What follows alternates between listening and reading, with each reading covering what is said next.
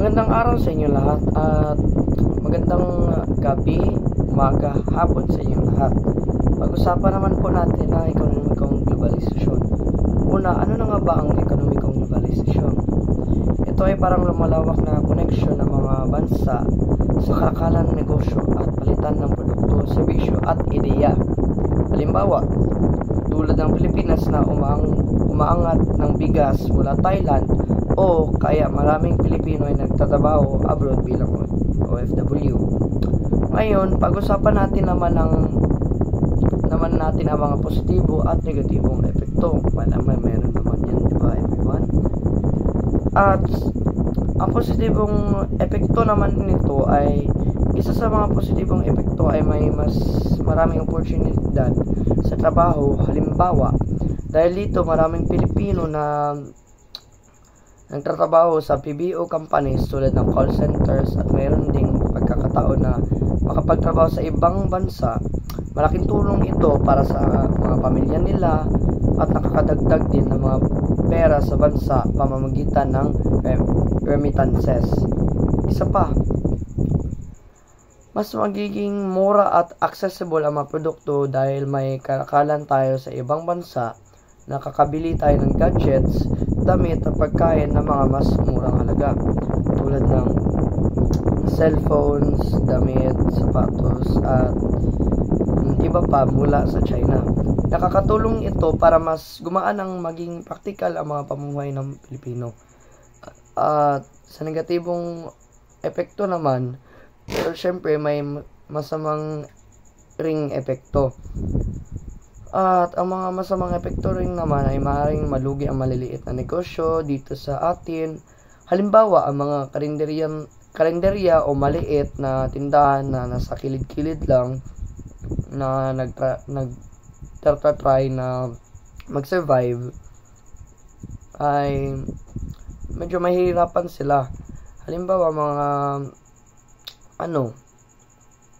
ang mga tindahan o mga magsasaka dito, mahihirapan na din sila makipagsabayan dahil ay matatalo sila sa mga malaking kumpanya.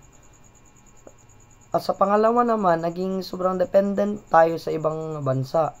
Halimbawa, kung palagi na lang tayong umaangkot ng bigas, gulay o iba pang mga produkto, napapabayaan natin ang sariling magsasaka at industriya. Sa huli, humihina ang lokal na ekonomiya. Tulad naman ng pag-usapan natin ay multinational at transnational companies. Ang multinational company ay yun may mga sangay sa iba't ibang bansa pero kontrolado pa rin ng mga bansang pinagmulan. Halimbawa, Toyota na galing Japan pero may pabrika rin dito sa Pilipinas.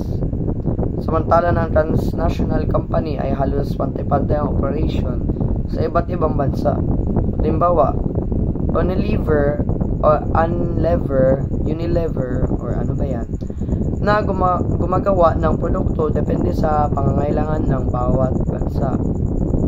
At bilang pagkatapos ng natutunan ko at in short or conclusion sa natutunan ko naman po ay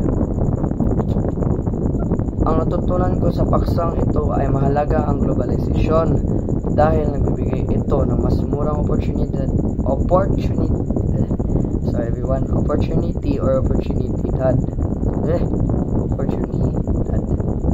Basta yun everyone.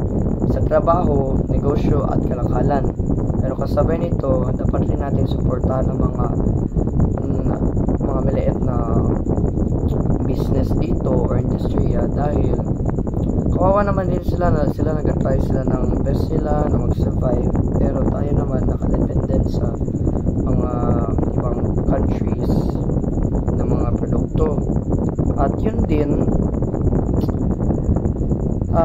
pero kasabay nito dapat rin tayo suportahan ng sarili nating ekonomiya dahil upang hindi tayo maging sobra ang mga nakadepende